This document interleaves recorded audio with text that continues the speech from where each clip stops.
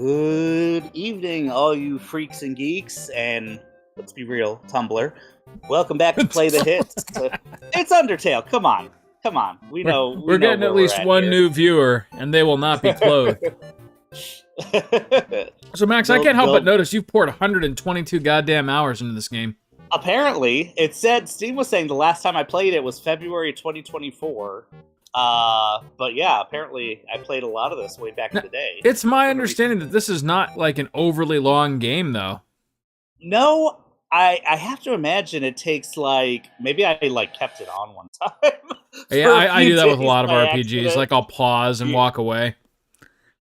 But yeah, I have to think this game altogether takes maybe 20 hours, maybe. Okay, so we're looking like at roughly a Nier Automata stream. All right, so we tested this out a second ago, so it's definitely calling us out on that, but... Don't you have anything better to do? See that heart? All right, that is your soul, good. The very culmination of your being. Your soul starts off weak, but can grow strong if you gain a lot of love. What's love stand for? Why, love, of course. You want some love, don't you? You want to take my Flowey love? Come on, put that love in your mouth. Share through my little stoma. Friendliness pellets. Are you ready? I don't remember biology. Get as many as you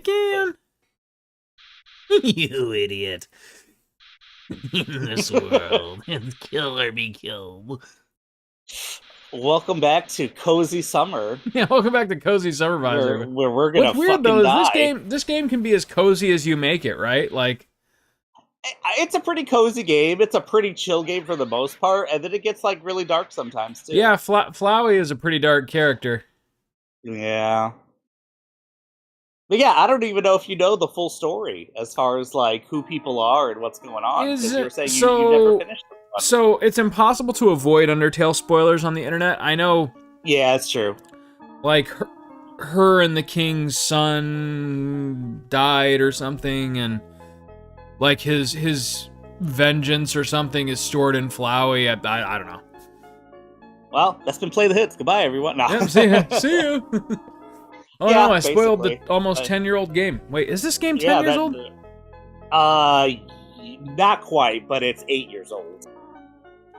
I think it was 2017, but maybe it was 2015. Okay. Okay, now I'm gonna have to look that up. That's the problem with living in this time vacuum is when you turn 30, all of a sudden time is meaningless. 10 years ago doesn't feel like all that long anymore. But at the same time, that's 10 years is long enough for a child to have played this game and it had a huge emotional impact on them, and then they grew completely into adulthood in that time. So yeah, who the hell knows? And you know what? Now that I think about it, even 2015 is probably too early. It might have been a couple years before that. Damn. Which is, yeah. When we think of a game like that, we think of FF6 or FF7, right? It's an ancient game, right? It's yeah. It's 10 years old. No, it's fucking 30 years old now. Yeah. Oh my god. Speaking of, it is just such a soothing balm to play one of those games from when you're literally 10, 11 years old. Mm-hmm. And I'm replaying Final Fantasy VI right now. I saw that. I saw you were playing some FF6. I'm trying to do not a low level run, but a min-max where I'm trying to stay around level 10 or 11 until I get Magicites. Low level runs in that game are so easy to do because you can just break it with equipment and relics. That's the thing. The hardest part is literally Vargas and stuff. By the time you get to the Leith River, it's not so bad. And then you start, as long as you really break the game by stealing good shit. Mm-hmm. So, at the Battle of Nar, stealing all the mithril armors from that fucking Hell Rider or whatever it is. But, getting your mithril claws. It's a lot of mithril stuff in the beginning. So before we continue any other conversation, I assume because this is chill summer vibes, this is going to be a kill everyone run? Yeah. Oh, yeah. Total genocide. Total genocide run. No, we're going to talk about our feelings. it's a lot more fun for me to like play it as a bullet hell and avoid shit. So, and trying to figure out how to pacify them. So, yeah. Now, if I remember, And every single enemy can be pacified, right? yes. Maybe except one. I'm trying to remember. Yeah, I think there's one enemy that you actually do have to fight, but aside from that, yeah, you can basically talk to everyone and calm their tits. Calm their tits. Speaking of the music in this game, I'm sure we've talked about it plenty of times, but yeah, Toby Fox is a wizard, and the underground I mean, there's a lot of like obvious references and ways that he uses like the sound chips to like imitate things. Mm-hmm.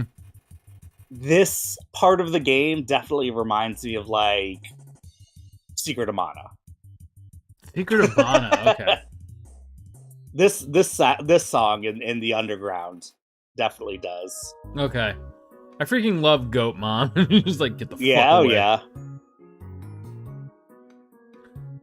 I also love like how three-dimensional all of the characters are. You know, like everyone is either just like masking their own pain or insecurity, and yeah, I don't want to get into spoilers, especially for a game that I haven't played the entirety of. But from what like I understand about this game, like it is a game that absolutely like promotes emotional well-being and health. You know, it's for sure. It's wait, like, is this hold on a second, is this a 4x3 game? It is. Oh, hold on, I gotta change the border. We get a special border. Oh shit. You do. Boom. Nice. Oh, 16x9 here. Anyway. Oh yeah, there's like 4 or 5 rooms in this entire game where if you decide to, actually, I think it's after this sequence, but there's a few rooms in this game where if you go backwards, you could see Flowey spying on you for a second. Oh, for real? Oh, that's fucked up. And this is the first one. So of course I'm gonna check that shit out. Does the game ever explain why you and you alone are a Simpson? I think it's because you're the only human down here. Oh, okay, so humans are yellow. Yeah. Everyone else ugly. is, not jaundiced. Everyone else is like normal and beautiful, and you're a Simpson. You're a fucking Simpson. Speaking of, that thing's Nick sent. I can't remember. Steamed something. Oh, the Homer, Chrono Homer trigger. Homer. Oh my god. I mean, I like that person's videos, but like, holy shit, that one is the best the one. Mo behind the glass. I'm behind 6 inches of bulletproof glass. Do your worst. Sparks writes, "Hey guys, I'm here, but driving home with you plugged into my aux." Yeah, good to see you, Sparks. There he is. Oh, there's Flowey, that little fucker. We're doing Undertale, Sparks. Undertale. Get ready to fucking cry. Multiple times. Get ready to feel feelings. Alright, I'm gonna speedrun this shit. He walks the exact same space. Where's the dash button? Well, this is a new game plus, so I assume it's not going to be too terrible for you. No, I think it's like completely reset. Let's see. Oh, it is? Okay. You got nothing. Sparks, I didn't sign up for feelings. Too bad. Say hello about yourself. Call her mom.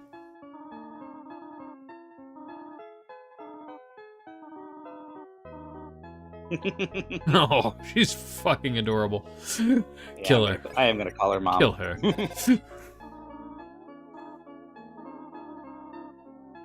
Oh, God.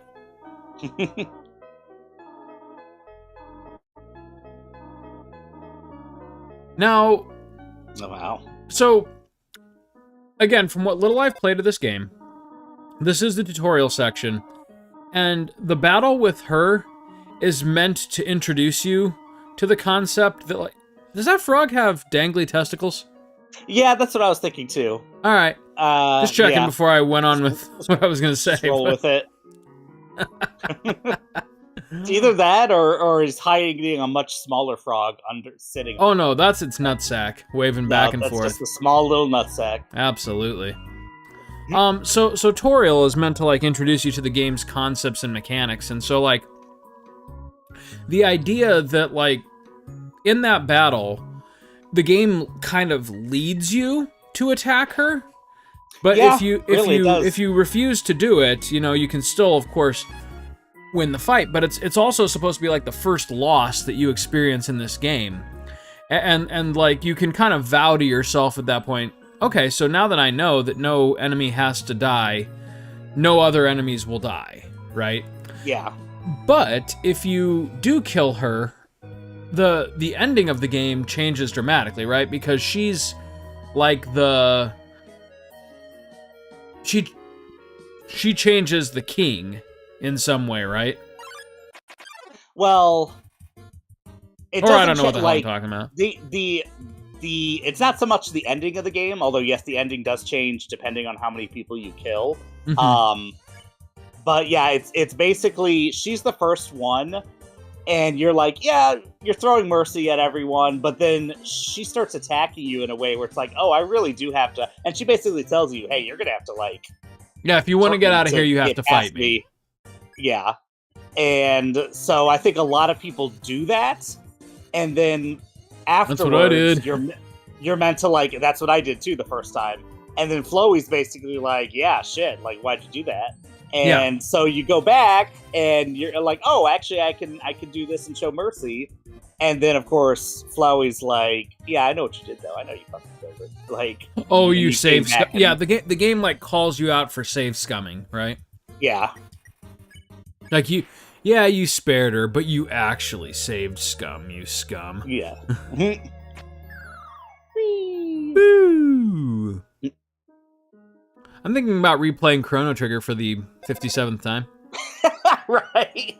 I have definitely so it. many unplayed games in my library that either need finishing or starting. And you know, it's what you were saying, like there's something about those like comfort games that we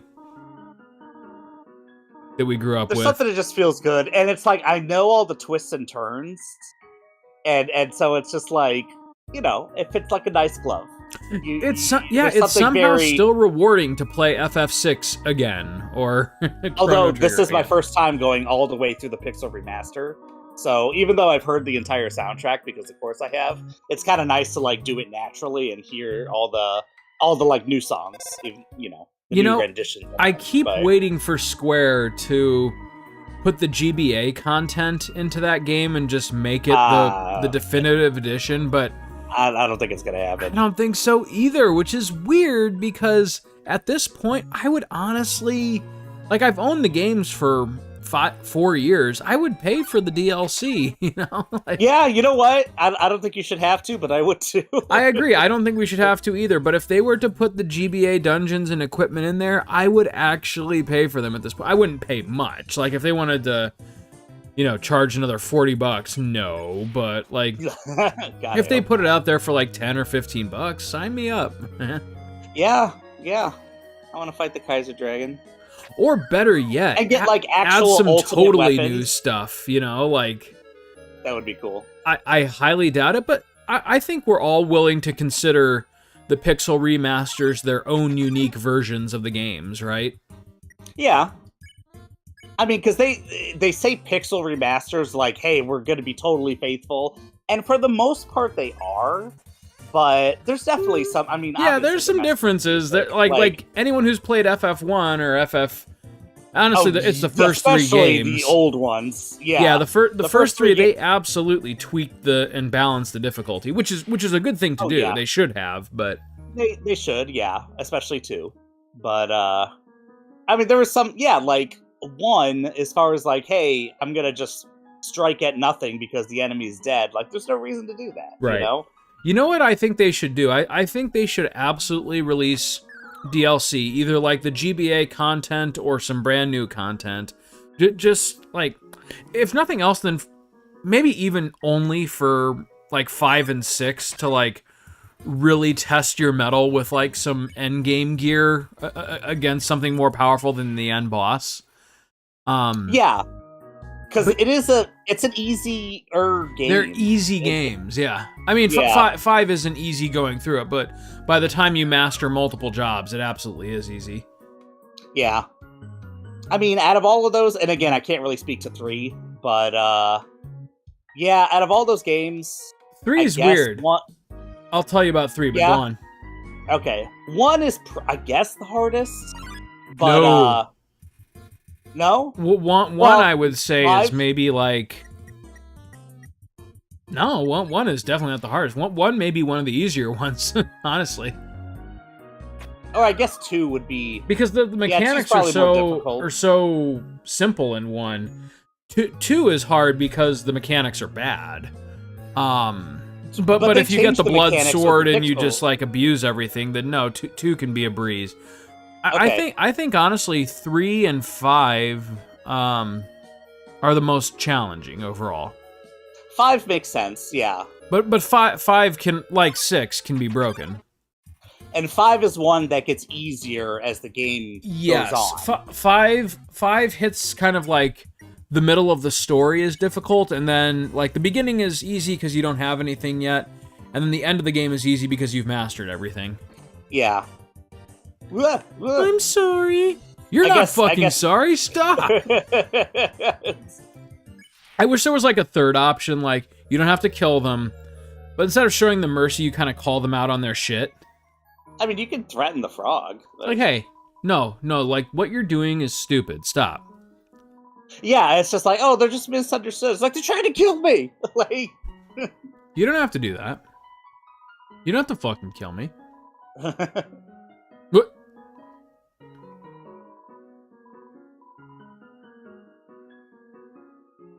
There we go. Oh, you fucker. You wanted me to stay there? Give me a real workout. there we go. But yeah, no, like I would absolutely play some fresh like, oh my gosh, how incredible would that be if Square just like, I don't know, even if it was like for the Pixel Remaster anniversary, they just released some DLC for these fucking 30 going on 40-year-old games. Yeah. Like, That would be And- so and- amazing. I would love to see some fresh content for FF5 and 6 and 4, and I really feel like the Pixel Remasters is the perfect opportunity for them to do that. But you're right. I Yeah. kind of think that they've made their money and they're moving on. and you're right that, like, the later games especially are ripe for, because you can break them so much. Like, 5 and Yeah. 6 especially. Like, there's so much you can get and so much you can do, where the final bosses, you can, like, take them out in 2 actions or something, you know? And yes, 5 does have, Omega and the... Shinryu, yeah, but Shinryu, that's right. honestly, they are a threat. They are difficult, but honestly, they are bosses that, with a very specific pattern, you can break them, and Oh, so just knowing the pattern is enough to do it, right? Like, I mean, you yeah. do not have to be at level 99 to take them on or anything even close to that. oh no. I mean, that's all about getting, what is it, the samurai, like the double attack, and then Thundaga, Spellblade, and yeah, dual wielding. like I've done it a Spellblade, million yeah. times. Yeah, I don't know. I would though. As I say this, I'm realizing like if they were to take kind of like the lazy route and just be like, okay, so in FF 4, 5, and 6, if you get above level 70, we'll double the stats of the final bosses. That should be free, because honestly, Yeah. modders could do that and probably yeah. have. And probably have, yeah. I was looking at all the modding stuff for FF6 because I knew I wanted. This is gonna sound bad. Like, yes, I wanted the. You wanted the one-handed nude sprites of salutes. Terra and Celeste. I get you. I don't think they have anything like that. But Oh yes, I'm sure they do.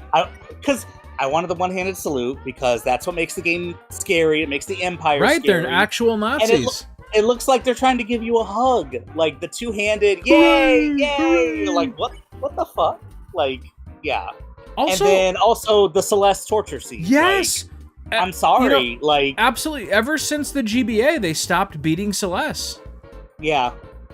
And it's Oh, sorry. Allergy season. Okay. Oh yeah. But like, I think if I remember right, the reason that was censored in the GBA version of the game is because there was like an actual kidnapping and abuse situation that happened in Japan around that time. I think it was like something hyper culturally sensitive, like that same year, like they didn't want to show a woman being bound captive and harmed. But I don't remember what the actual situation was.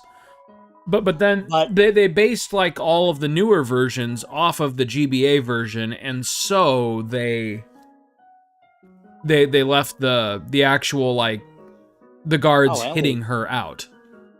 Yeah, and as long as Sarah is around, they're not going to put that back in. It's basically because of their rating system, unless they wanted a higher rating, which they could do. But for FF6, they wanted to do like a for everyone rating. Yeah, and so I get that, but it's the fucking Empire. They're supposed to be evil. Yeah, that's the thing. It's like if they had something else, I don't know, like water torture or something, which I'm sure would be the same thing or worse. They create this like unique sprite where the guard is like dunking Celeste in water and like all the rest of the sprites look like 16-bit, but this one is like hyper detailed. Like reading about the like the mods and stuff, and the fact that there is like a Celeste being bound sprite, that's a unique sprite that's just for that part of the game. And weirdly, the Pixel Remaster has that sprite that they have the asset. Really? And they made the asset, and then it's not used. So they did. So they thought about it, but didn't commit to it. Interesting. I guess. Which is like, if they're, or maybe that's just for the PC version. I have no idea. But so another weird one is that in FF12 there was originally a scene with Penelo where she was kidnapped. Where they decided, to which makes sense because FF6 GBA and FF12 came out the exact same year. Oh, jeez. It was 2006. So something happened in Japan in 2006 where they were just like super sensitive to kidnapping. So wait a second, Penelope getting kidnapped. I mean, what happened then? I forget what the original scene was, but it was so it's during the sequence where she's being held on the airship, and it's like the first time the whole party comes together. Okay. So you remember, like, it's where Bosch fights Vossler. These names, I remember who Vossler. Wait, Vossler. Vossler is Bosch's best friend from the beginning, and you have to kill him, unfortunately. Oh, okay, gotcha. Because he sells you out to the Arcadians. Gotcha. I really love FF12, by the way. So I mean, I've only played through the whole thing once, but yeah, it is a fantastic game. I need to, and I was just gifted it, so I gotta play through that shit again. So here's the funny thing: I'm gonna make a somewhat controversial RPG statement, having now fully processed FF16 and FF7 Remake and Rebirth and all that good stuff. I'm gonna go on the record and say 12 is my favorite, and I almost hesitate to call it this because it was made in 2006, but finger quotes, modern Final Fantasy. I think 12 is still my favorite of the modern games. I get you. And that probably is controversial, but it shouldn't be, because it's a great game. Right. Like, and I'm going to consider modern to be FF10 onward, because FF10 is where and they dropped the ATB system, and they started like every game had like a different system and a different look and like a different manner of storytelling. So like FF10 onward, I would consider like modern Final Fantasy, right? Which is funny because 10 was like almost took a step back, but in a very, this is the opposite of action, like ATB. Oh yeah, it was completely turn-based instead of ATB, but that just made it more tactical. Yeah. Yeah, honestly, yeah, you really had to think about it, and the game was kind of hard if you pay attention. But yeah, that all being equal, even with 16 out, which I loved, 12 is still my favorite modern-ish FF. Yeah. But anyways, so the Pinello it's based scene, off of 11. But it feels like an MMO because of just how humongous it is. It is, but I love that. So huge. To this day, it's the only one of the modern Final Fantasies to actually make me not miss the overworld map. Yeah, because it still felt big, even without it did. like there was, and you were only getting like one part of a single continent to explore, but there was just so much to explore. Yeah, like 10 definitely like kind of felt on rails at points. 13 was completely on rails. Oh, yeah. 15 had an open world, but it was a little too empty. And then 16 just had like a series, like they were more open areas, but they were all. How do I describe 16? Like the world in that game was super. It was like zones. It was zones. Yes. Yeah. Right. So they were big. There was some stuff to find. But the exploration in 16 was never the point. It was always like, go to the next fight. If you had the feel of 16, but like the world of 15, that would have been great. Oh, man, that might have been better than 12. Okay. Use? There we go. Use is equipped. All right. And again, still for the record, loved 16. 16's great. I mean, just Square Enix going back to telling a complete, cohesive, self-contained story is... Yeah. Honestly, it turns out, I guess, more important for me than a fully developed world. But, with FF7 Rebirth, it's very clear that they can still do both. Yeah. They can give fully developed towns and locations and side quests and not have it to be all action all the time. It's just that for 16, they for whatever reason chose not to. and as far as like the system where it's just like, yeah, it is going to be action. Like, yeah, they committed to it. It's complete action basically, and it's fine. And it's good action, yeah.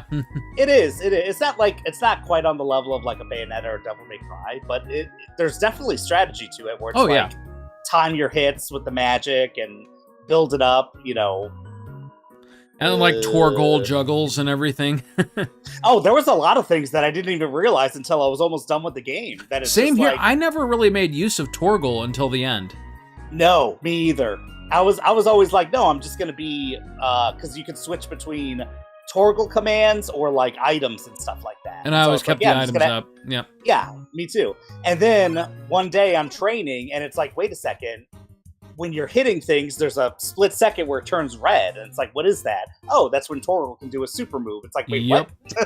And juggle and do all this shit. And you could like dominate. And it's like, okay, that's probably what I don't remember if there was a hard mode in that game, but there's like an arcade mode for sure.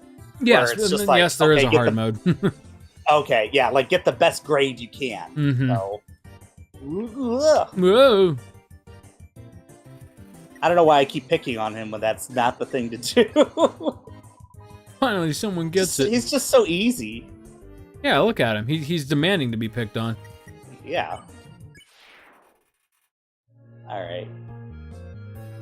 Let's leave this awful place. But anyways, yeah, this has become another Final Fantasy stream. But long story short, Pinello, there was apparently an extended scene where, like, when she was in captivity, that may have gotten a little intense. I never, if I actually read up on it, then I forget like what the scene actually was.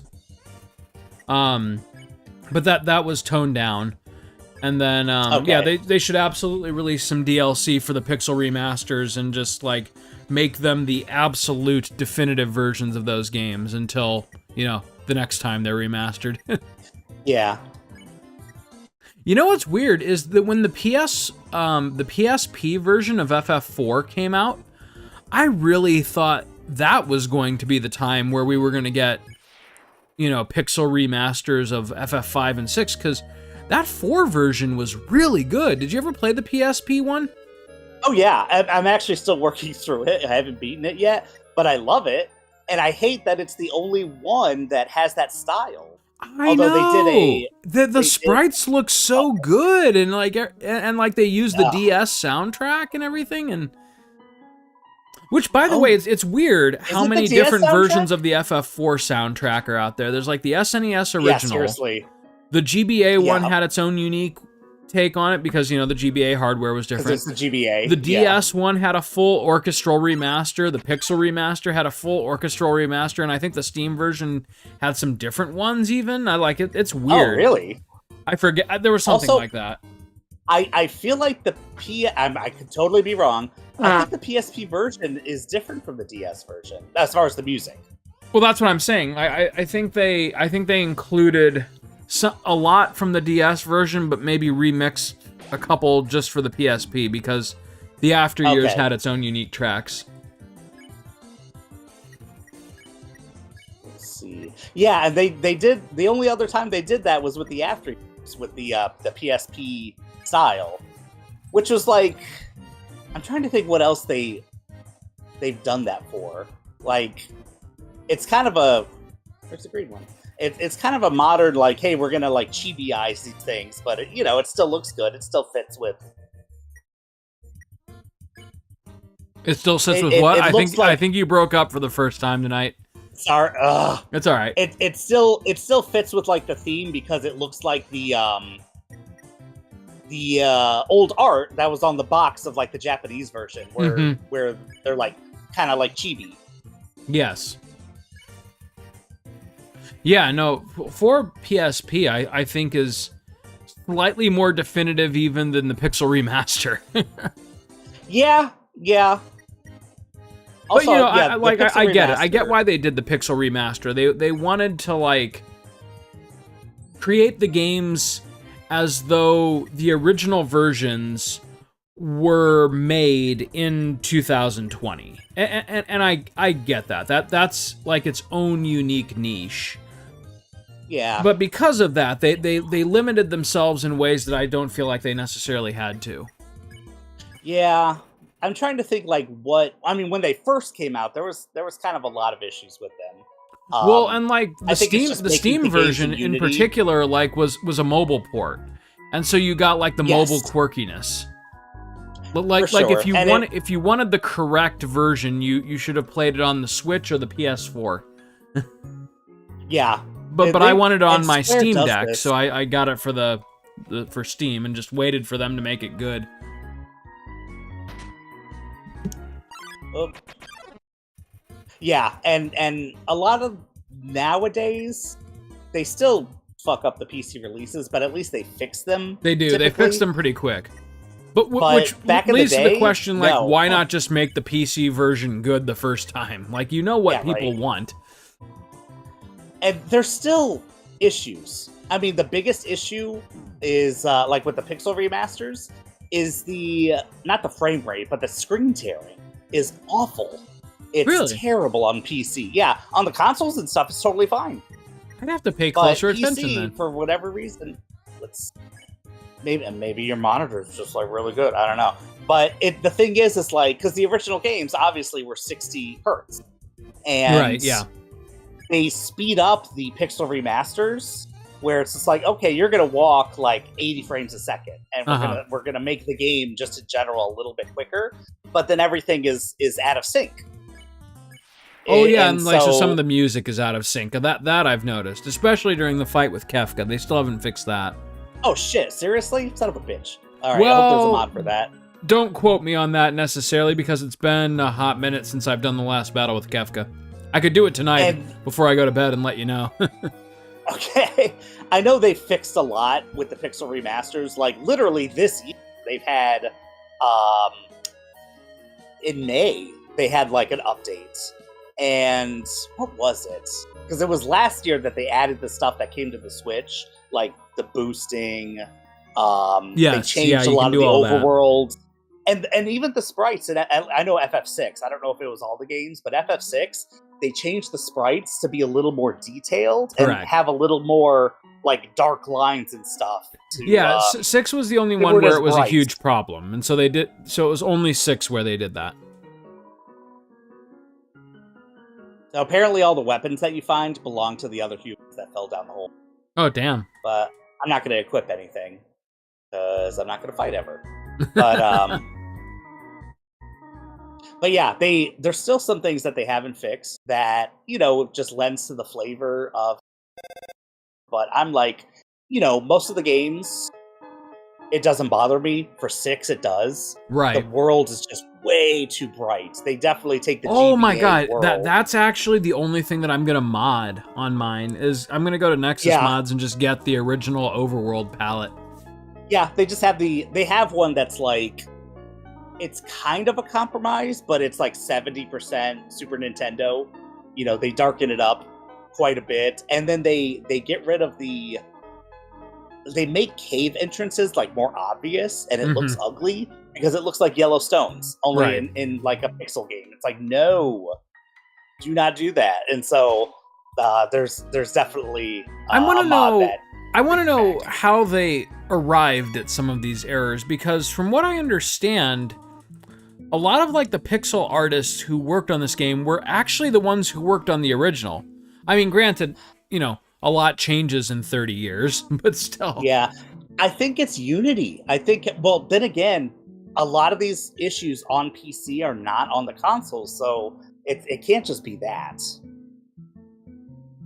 I honestly think that it's still that Square Enix sees like the PC market as supplementary to their overall sales figures. Yeah, there's like some lesser team that and that's like true. In a janitor's closet in a computer, right? Like, okay, you port it to PC. At least that's how it used to be, I'm sure. You want to eat tonight? Port this to PC. Literally, that's what it seems like. Oh, I got the pie. You got the pie. She left it on the floor and everything. Floor pie. It like heals you all the way, but if you save it to the end of the game, you can make a certain fight easy. Oh, really? Yeah. See, no, I don't know much about the end game. Like, I played this up through the point where you start to get to know Papyrus really well. Oh, okay. Papyrus is a good character. He is. I also love that everyone has universally agreed on what his voice sounds like, even though there's no voice acting in this game. Somehow, yeah. Because that's the sound of Papyrus. When you reread something in Papyrus, it just has to come out that way. Right. Also, speaking of Papyrus, did you ever see that SNL skit, Papyrus? Okay, it's just some guy. I'm trying to remember. Basically, it's about Avatar, the blue people Avatar, and the font is Papyrus. And someone is just like, Papyrus, and they get like super triggered, and James Cameron's there like, I don't remember. It's really stupid, but I remember it being hilarious, so every designers liked it. What is your favorite Saturday Night Live bit? Let's see. We're probably going to be dating ourselves pretty hard here. I mean, probably. I mean, gosh, I really do. I like anything with Jim Carrey. But what was the one? I've talked about the one where they're like, it's like a prison reformation program, and it's Keenan and I don't remember the other actor's name, but they're just like, if you don't be like us and get stuck here, and then you get an owl coming to tell you to go to magic school, and it's like, no, that's Harry Potter, and they just keep talking about scenarios, but it's always a movie, and it's just like, and then you have some then you have like your crazy neighbor saying you have to go back to the future, and you have some inmate trying to pump like 1.8 gigawatts up you or something. It's like, wait, what? It's really, really stupid, but it's funny. Oh man! But it's kind of a more recent one too. Like, yeah, Keenan. Yeah, he's in the grand scheme of things relatively recent. And then there's also the Pizza Bites one But it's like a commercial, but it has nothing to do with pizza bites, and it's just like you're realizing this kid that brought over his other friends, like, what do you want to eat? Let's do these frozen pizza bites. And as the skit goes farther, it becomes apparently very obvious that he's murdered his parents. That's amazing. I haven't seen either of those. That's awesome. You reminded me of one that I really liked. Did you ever see like the salad one? Maybe not. Remind me of that one. It's I forget what all they put in it, but it's like, you know, American salads. It's like it starts off with like things that you see in salads at like steakhouses. Like, you know, it's supposed to be a healthier option, but you've got like a pound of fried chicken and like they slather it in dressing. But then it's like put some cheese and some mayonnaise. You are making a salad. Oh, that's like the punchline. Yeah. It just reminds you were making a salad. Shit. You saw, I think we talked about it before, but you saw that Family Guy, like basically just a little clip of like, oh, it's like Italian place, how every Italian restaurant makes a salad, and it's just like, oh yeah, okay, so you gotta like just put a whole head of lettuce in there. Yeah, right. Do we put olives? Yeah. Chop it? No, leave it whole. Just put the whole thing in. You can cut the carrot lengthwise. Cut the carrot like lengthwise. Why? Why are they the most lazy salads ever? I know, it's amazing. But going back to the original question, my favorite SNL bits, I have a couple. Like, so I actually was first exposed to SNL by my dad, and he had like these old recordings on like, I think. Oh, like a VHS tape? Yeah, so like one of the first VHSs that could ever record television, like he thought it was so novel, he just recorded a bunch of like early to mid 80s SNL. And if I could find those tapes, they're probably worth something, honestly, because some of these episodes you don't see anywhere. But he had things like Samurai Deli on there. Like, are you aware of Samurai Deli? I don't think so. Okay, it's literally just this bit where people go into the deli and there's a samurai behind the counter. And it's like, yeah, I think I'll take a Reuben. And he takes out his katana and he's like, and just starts chopping. It's just yelling is all it is. It's incredible. But it's delivered so perfectly. Like he serves them the sandwich and he like sheathes the katana. Of the New Yorker. It's incredible. Yeah, that sounds good. And then cheeseburger. Do you know that one? No. It's a similar concept. People walk into a restaurant and the guy behind the counter goes, they have like a whole menu, but he'll only let them order certain things. No fries, chips, no Pepsi, Coke. Cheeseburger. I'll take a Manhattan, please. A cheeseburger. And then my favorite old school SNL is a Steve Martin bit called The Vandals. And Steve Martin is playing this Roman general, and he comes out of his tent and he goes, and they're taking it all seriously, like, because the Vandals were originally like this group of like Saxon invaders that like tried to take over Rome. And but the SNL bit reimagines them as like kids who are like pulling pranks on the Roman army. So the Vandals, like, they spray painted their tent, and he like walks in and he goes, what's this flaming bag? Oh no, it's poo. and it's Steve Martin. You might have sent me that, yeah. Oh, it's hilarious. But years and years and years ago, this is like tickling something that I haven't seen in a long time. Yeah. Centurion? Centurion! Sorry. What is this? It appears to be a flaming bag, sir. Should we put it out? I suppose so. Oh no! It's poo! Oh no, it's poo! Why would they do that? It's the Vandals, sir. They're savages. Is Steve Martin still alive? Oh, he's still alive, yeah. He's probably like our dad's age. Roughly. Okay. 70s, I'm mixing maybe? him up. I mix him up with what's his name? Naked Gun. Leslie Nielsen. Yeah, Leslie Nielsen unfortunately has passed away. Yeah, I mean, also he would have been like. By the way, did you hear that the new Naked Gun with Liam Neeson is supposed to be really, really good? Wait, is it out? It's out.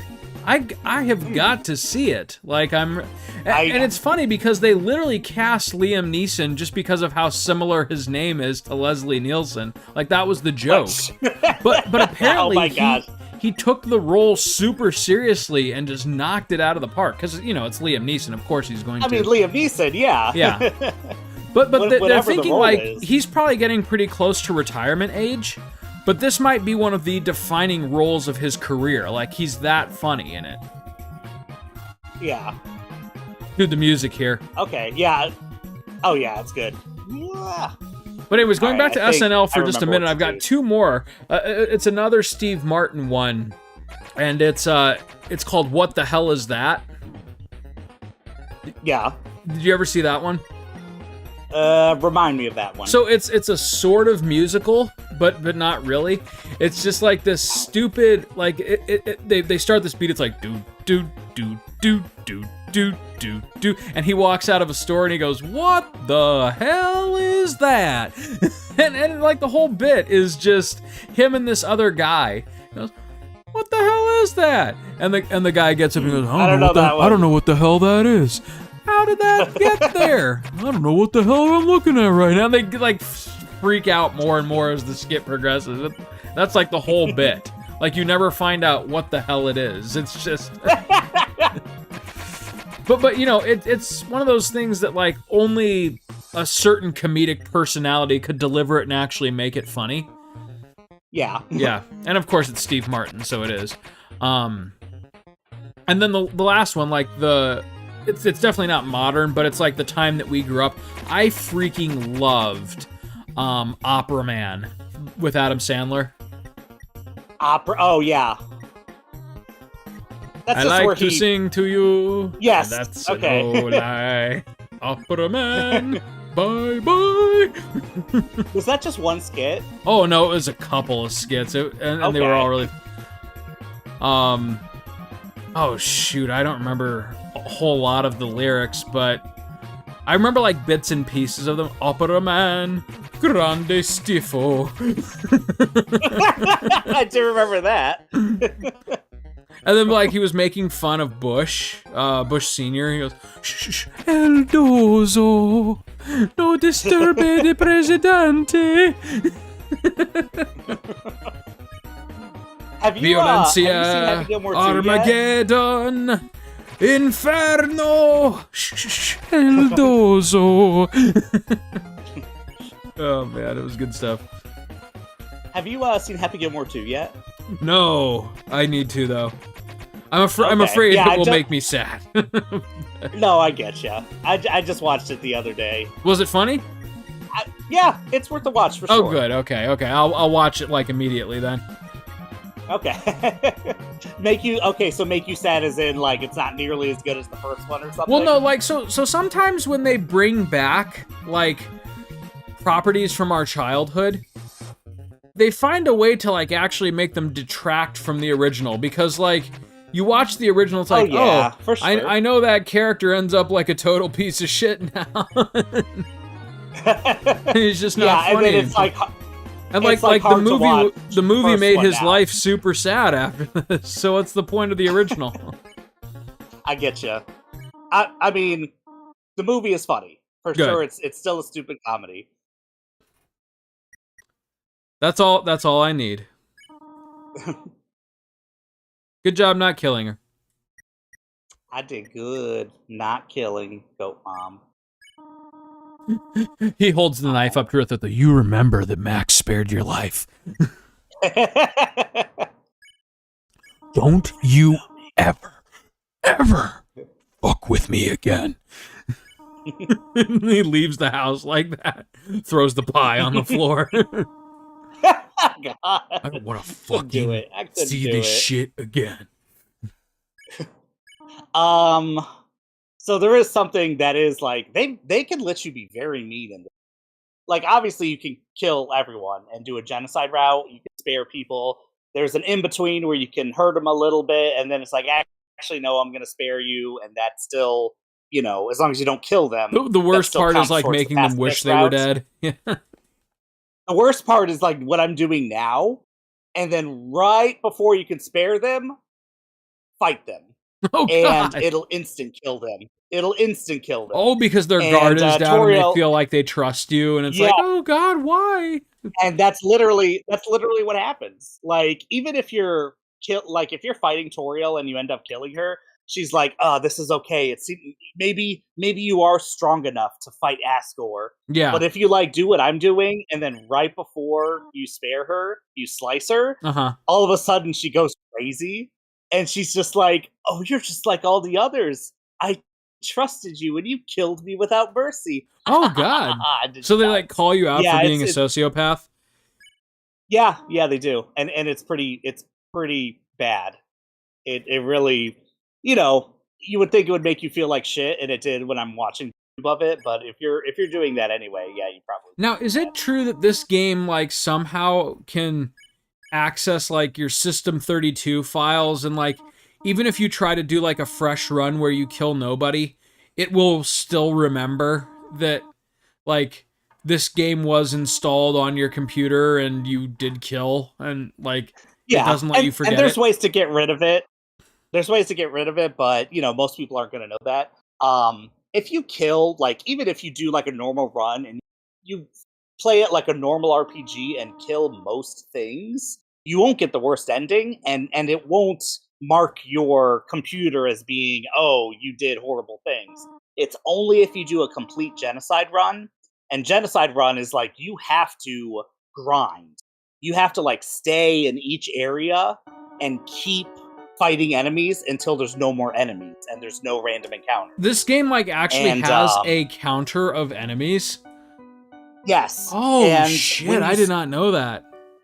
if you kill all the enemies in the ruin, then starting in the next town, each save point will say there's 20 monsters left in this area. Oh my And god.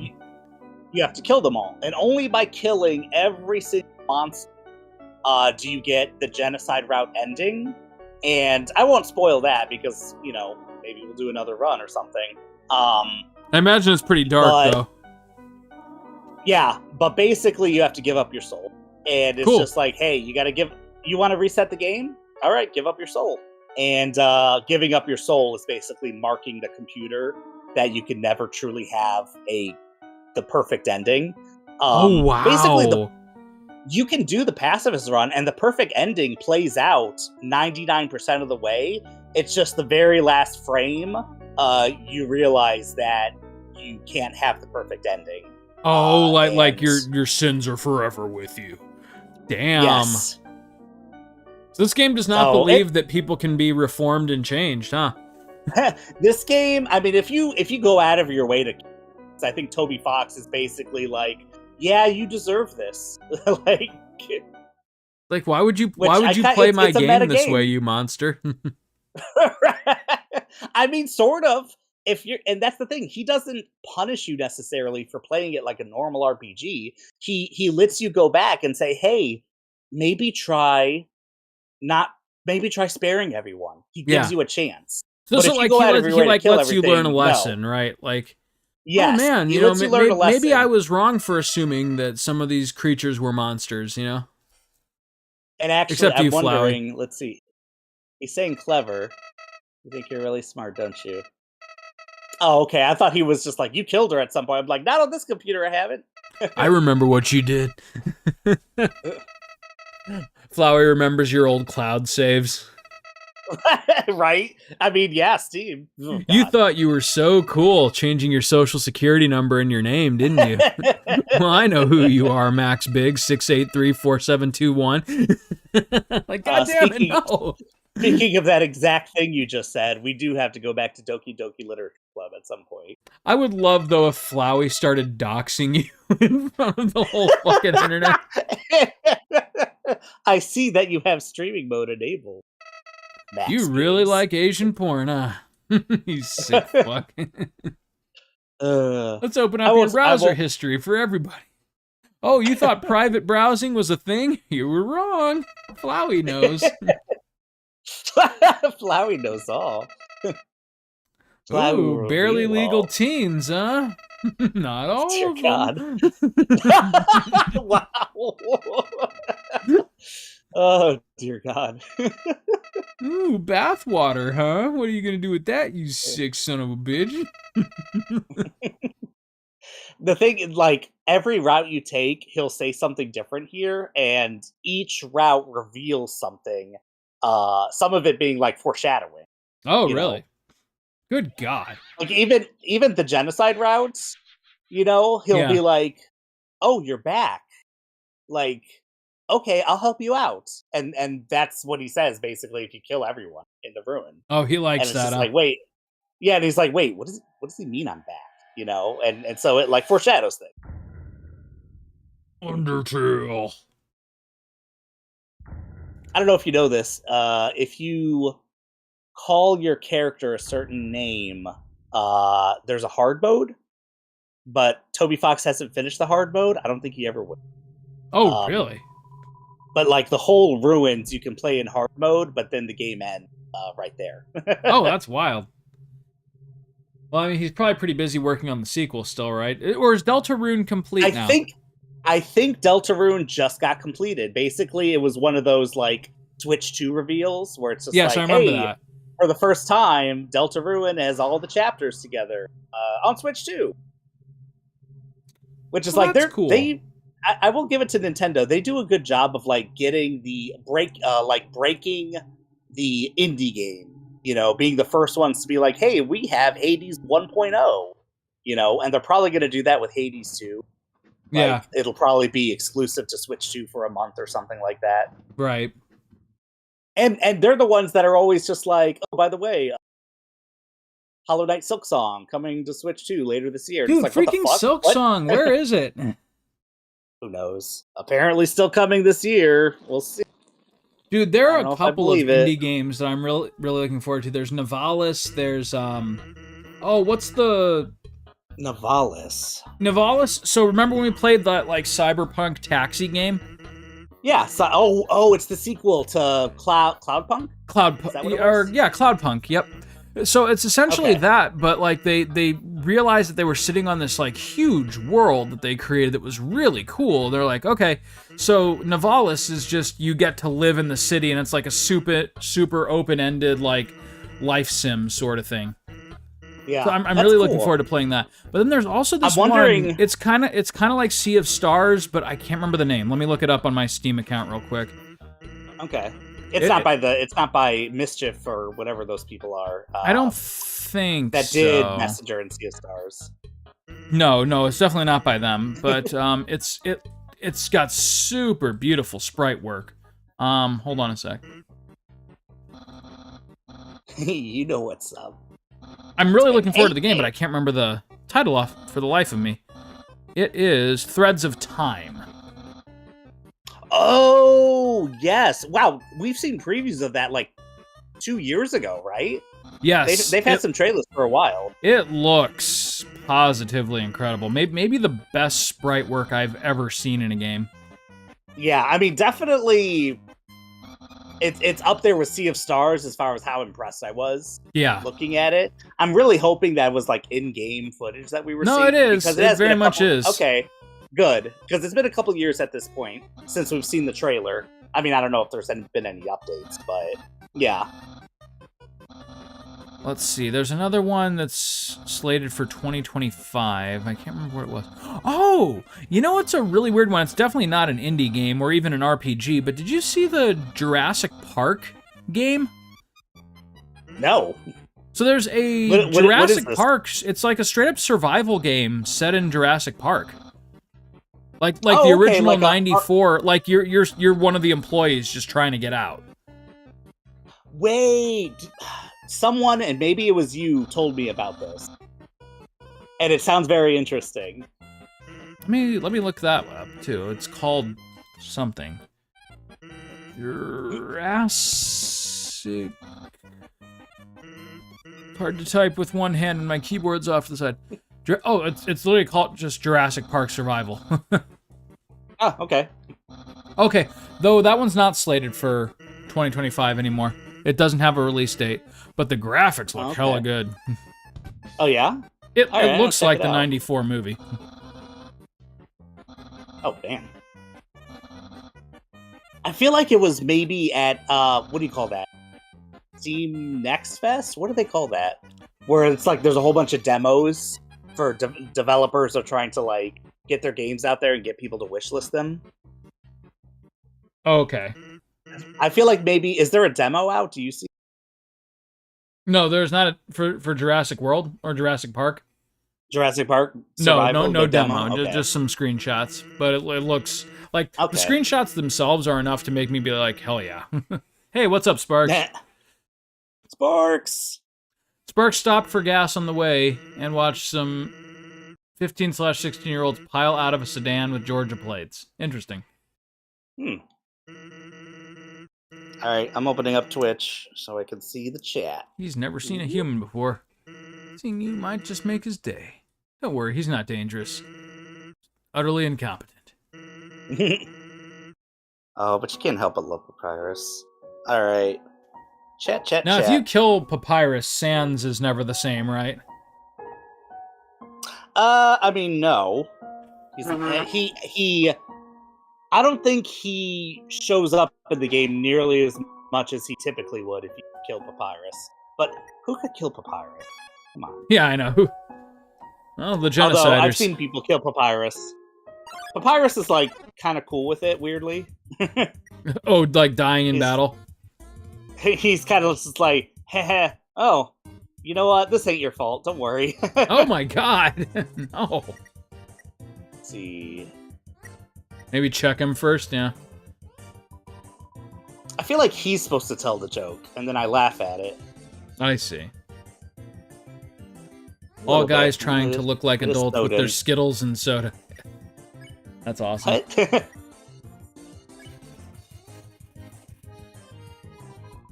Yeah, I vividly remember trying to, like, secure beer at gas stations before I was a legal age. Not, like, by much, like 19 or 20, but still. Those teeth are a choice.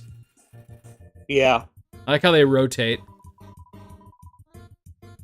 Are they rotating? Better not snowflake Oh, out. yeah, they do. You're right. Jesus. Oh my god. He just keeps going. Now I can laugh. Now you can laugh. See? That was wrong. Oh, God. You do see Dad later. Oh, really? Find out who his dad is? But... Alright, there we go. Oh, he's happy. I get money. You took happy from that face? Oh, there's definitely some screen that might be a little bit different depending on just the game. Like, you know, Clock Tower or the first sphere, depending on like when you start the game, the rooms get switched around and it's either like a statue run or a rod run. Oh yeah. Blah blah blah, and some items will be in different spots. This game kind of does that too. Much less so, but there's definitely some screens, like sometimes this fishing rod isn't here. Oh, really? You decide not to call. You firmly decided this is a friendship not worth pursuing. And there's a couple rooms that are of no consequence, but sometimes you'll... In Waterfall area and in... there's a couple rooms that you have a very low random chance like running into, and most of them have to do with a character called Gaster. Okay. Which is like the other skeleton character that you don't know much of, but he's hinted at throughout the game. Oh, there's like a third brother? I didn't know that. He's not a brother, but he's also a skeleton. Yeah. There's a lot with Sans. We'll get rid of everything. And you know, I'll keep the spider donut. There we go. Keep the spider donut. There's a lot with Sans, like how he kind of like gets ahead of you, and he seems to just teleport everywhere, and it definitely like. Oh no! It started cutting you out, like right as you were explaining it. Oh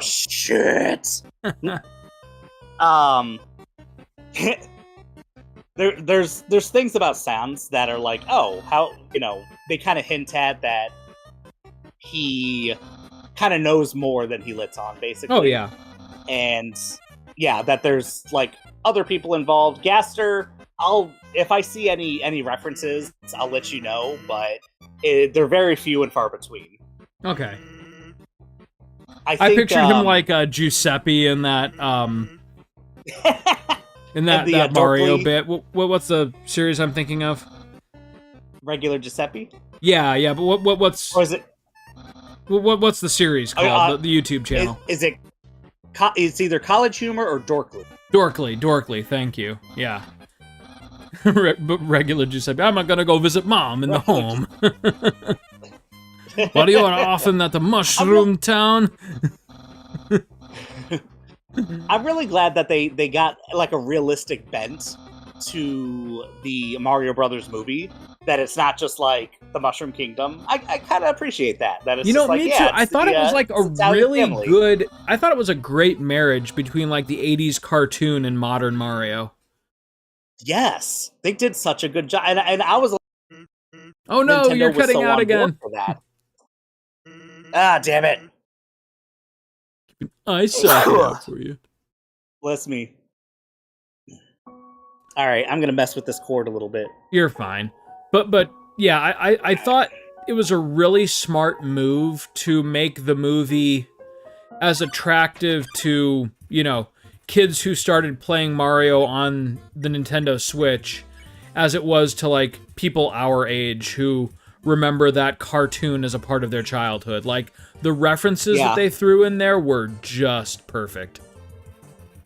They did a really good job of having a broad, for sure. Yeah. Ugh, excuse me. Which is funny because like the Sonic movies I feel like are equally as successful, but completely take a different approach. Like they're absolutely telling their own story and not really referencing much of anything except maybe the 2 Dreamcast games. Yeah, their references are more like, what do you call it? Either memes or just like little things, like references for the super fans, basically. Yeah, like if they take any story beats at all, which they take very few of. It's really from, like, that Dreamcast Sonic Adventure era. Yeah. Which, by the way, I still need to see the second and third Sonic. I haven't seen the third one yet. Actually, it's really embarrassing. Okay. We own the third one. The boys have watched it, but I haven't watched it yet. Oh. But I thought the second one was good. Yeah, I hear each one is better than the last one. I'm still a little jaded at having not been invited to play Knuckles, but, Idris Elba did an okay job, I guess. Yeah, I mean, Idris Elba, I think, was a fantastic choice. What the fuck? Doggo. What is that? Ninja Doggo. It kind of looks like he's stabbing himself and enjoying it a little bit. Like he's scratching his back. Sure. Oh, so the blue ones don't hurt you. Okay. Blue ones will hurt you if you move. Oh, I see. Clever. Let me just check him first. Easily excited by movement. I think I need to move. Moving! Yeah, okay. Pet. Doggo is too suspicious of your movement. Well, you have to kill him.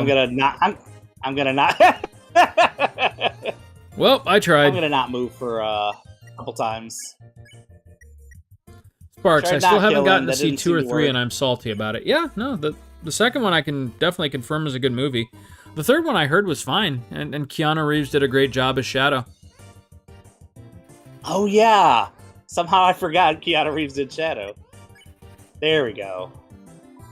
Though, I just remembered why I didn't watch 3 yet, and that's because when Michael watched it, and I can't say for sure, and I certainly don't want to spoil, but I think it ends just like the Dreamcast game where Shadow sacrifices himself for everybody.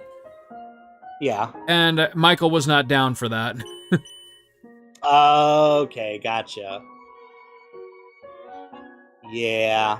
It's Sonic kind of Adventure like 2 was a little weird. it's kind of like when I played Mario RPG with him, and at the Mario RPG is a freaking 30-year-old game almost. And I've never thought of it like as an exceptionally emotionally impactful game, but playing it with my 6-year-old son and him getting like super attached to Gino and like, Dad, they'll remember Gino, right? They're not just gonna forget about their friend. I'm like, oh my god. Like he freaking made the ending of Mario RPG like bring me to tears. Gino's a real one. He was. He recognizes it. Right? But like we played through that game like for 20 hours. He's like, okay, let's get Smithy. And then at the end, he's like, I didn't realize that getting Smithy meant that we would lose Gino. I'm like, oh god. Oh man. And Sparks, to answer your question, I think it's Paramount is where you can find the streaming. Yeah, that's what I told him. Yeah, Gino will be back. I'll play with him again. Cut to 30 years later, Gino's not been back since. We don't talk about Gino. I love how he gave this dog the Dragon Quest shield. Oh, is that the... you know what the symbol That is the familiar. exact symbol of Erdrick's shield from Dragon Quest 3. Okay. That's so funny. That is funny. Lesser dog. And Enix is not sued. This is absolutely Papyrus, isn't it? Hello. I am a snowman. No, it's just a snowman. You sure? I want to see the world, but I cannot move. Well, Max, better kill it. That's not Papyrus fonts. Sure, he's in disguise. Oh god, why did you take my brain? Now I can't feel. And now that just takes up inventory Forever. I mean, you can use it, but nice. If you're nice, you won't. Yeah, I hope so, Sparks. I would love Gino to come back. It is like still kind of a fever dream even before. I mean, just the fact that we have a Mario RPG remake is like, what the fuck? I know, but, and that it was so freaking before good. That it's good. It looks like they honored the original. They didn't try to be like, oh, we're gonna do like modern graphics. No, they did the weird, blocky, fat, like Mario character. I know, like they actually tried to make them look like the sprites. That was impressive. Yeah. And because everyone in that game is super pudgy. I love it. Yeah, they're pudgy and short and kind of square-like. Yep. The only thing is, and it's not even really a complaint because there's like additional endgame bosses that you can fight and everything, which is a really cool addition. But like they managed to take an already very easy game and make it even easier. Yeah, I mean the fact that they have the what do you call it? Limit breaks. Oh, and also what is it? The timing. Yes, they like give you serious help with the timed hits, and like even like at the end of the game. Where like you should have them down perfectly. If you fail to do it, they'll still give you the hints. Oh, gotcha. Okay.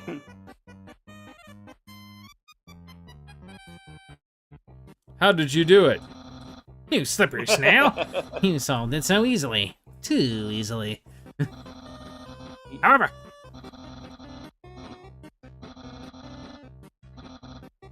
I know I am. I like it. I love his laugh. Hey, thanks. My brother seems like he's having Sounds fun. like such a good brother. By the way, do you see that weird outfit he's wearing? We made that a few weeks ago for a costume party. He hasn't worn anything else since. Keeps calling it his battle body. Man. Isn't my brother cool? And he really means it. He does. I love that. Yeah, man. Time to kill. Ooh. Oh.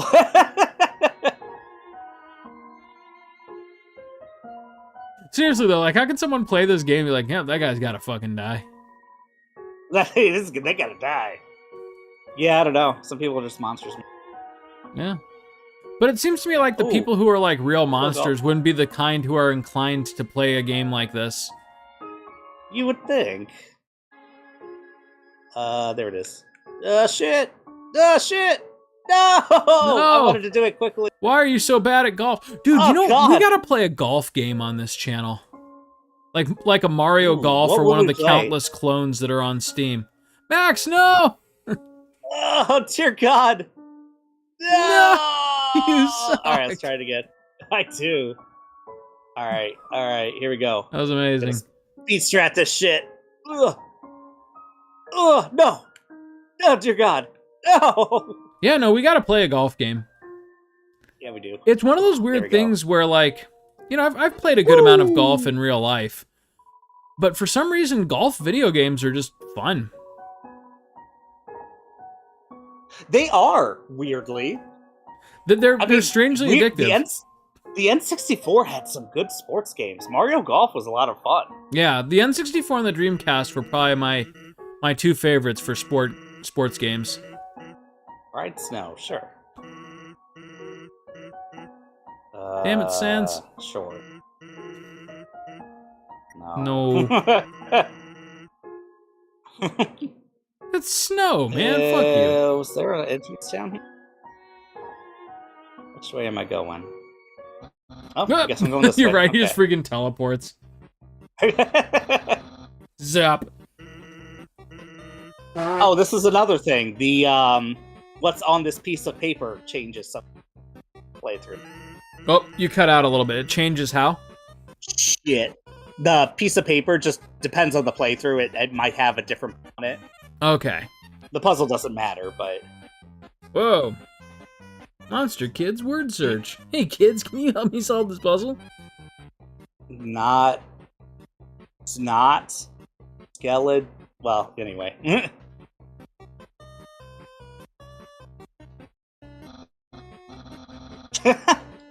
Whoops. Whoops. I should have used today's crossword instead. What? Crossword? Can't believe you said that. In my opinion, Junior Jumble is easily the hardest. What? Really, dude? That easy peasy word scramble? That's for baby bones. Yeah, unbelievable. Human, solve this dispute. Which is harder? Which is hard?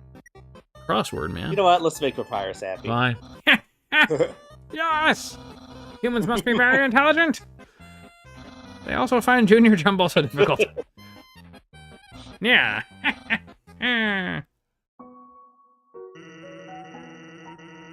Oh, yeah. Thanks for saying Junior Jumble just to appease me. Trying to solve the horoscope.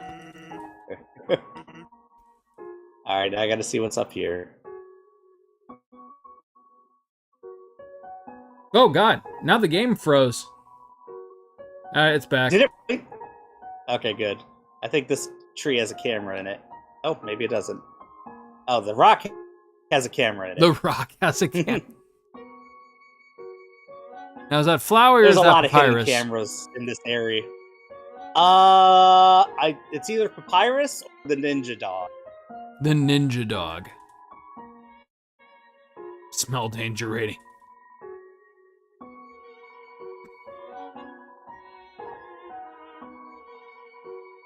Destroy at all costs. Oh, good.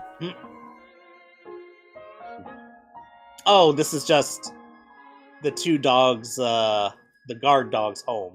Oh, okay. Nothing up there. We'll encounter them later. Oh, I'm coming up on one of the... Which I think the secret boss you can kill with no complications. I caught about half of that. Oh, there's a secret boss coming up, and you can kill that one with no complications, I believe, although it's pretty hard. Okay. Spaghetti is a trap. Designed to entice you.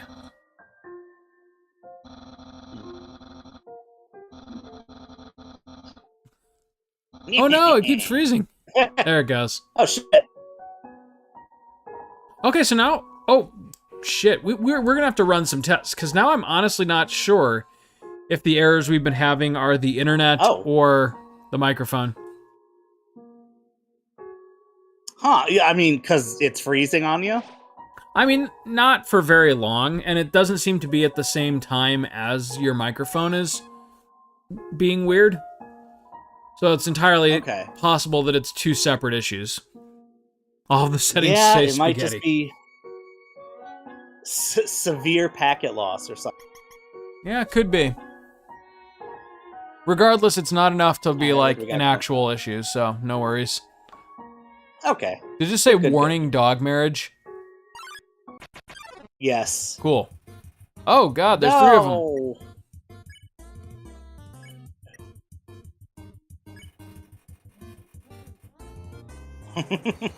His hat's so cool. It looks annoyed. Guys, it's cold. Does anyone care? Oh my god. Oh, nice dodge.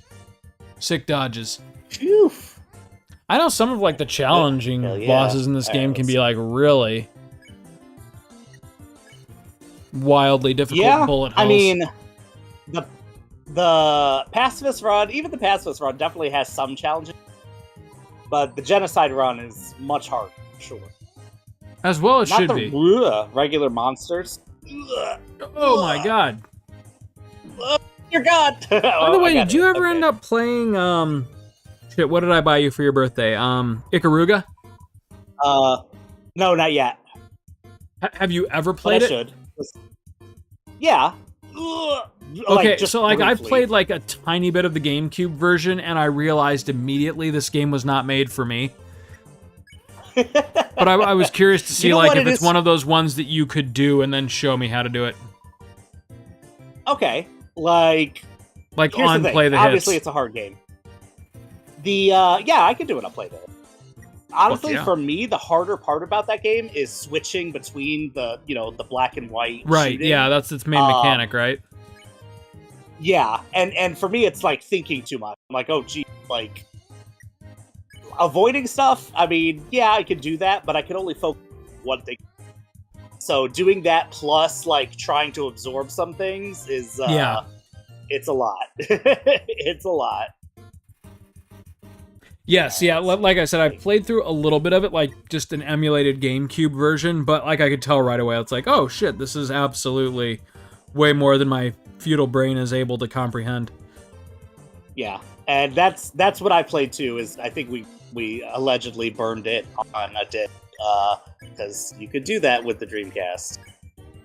Was the original a Dreamcast? Oh, that's right. Yeah, it was a Sega game. Yeah. Shit. Return of Jerry. God, the Dreamcast did so much for society, and we gave it back so little. And what did we do? We allowed game stores to sell it for $30. Right, we pissed it off. Dude, I remember distinctly in high school walking into an FYE store and seeing like a FYE. shelf full of Dreamcasts. And you're right, they were like $30 or $50. It was nuts. I'm like, well, I already have a Dreamcast. That way anymore, unfortunately. It would have been so smart not for me to have room. like picked up a couple of them and just left them unboxed. Yeah. Or unopened, rather. Yeah. I wonder what they go for now. Not like $100, but I think they go for like $80. You know, I bet you though, if you had a complete like plastic seal still on it, substantially more. Like because there are people like it doesn't matter what it is. It's like the thrill of owning something from, the 90s or early aughts that is still completely sealed and in its original packaging. Yeah, that's true. And I mean, like anything in pristine condition that's not in production anymore is gonna appreciate a little in value. Yeah. But who has this? Who bought a Dreamcast? Oh, you cut out completely. I mean, sickos. Shit. I said, who bought a Dreamcast and was like, you know what? Instead of playing this, why don't I just let it sit in the closet? You know, there are people that, well, I think today it's probably harder to get away with that, but like there are people who will, you know, they'll buy a Switch 2 and then they'll buy a second Switch 2 and just not open it, and hopefully 30 years down the line that pays off for them. I remember we did that with Star Wars toys that came Bell Kids. Back when Taco Bell did Kids. I caught about And, half of that, but we I were like, understand we're gonna- exactly what you're saying. Oh yeah, Taco Bell Kids meals. Yes. Dude, for a long there were time, Star Wars I had toys one of those Burger King golden metal Charizard cards. I don't know what happened to it, though. I'm thinking my brother might have gotten rid of it Ooh. when I went to college. But, like, those things right now, it's almost painful to look up how much they're selling for. Oh my gosh. Yeah, I can imagine. Was that like actually a Pokemon? Like, No, a it legit wasn't. It Pokemon was card, or was a- it a different? No, it was just like a metal. It was like a faux gold, just picture of Charizard, but it was in this really cool like metallic Pokeball stand. It was really neat. Oh, Like it was way I know higher exactly what you're quality talking than about. anything else that came in Happy Meals during that era. yeah, I remember that. And, like the Pokeball was like not Pokeballs you typically see these days, where it's like just that red color. It was like a chrome red. Yeah, it was very chrome. Yep. Yeah, I remember that. Oh my gosh. Yep. And I had one, and it was the Charizard, which was the hardest one to come by.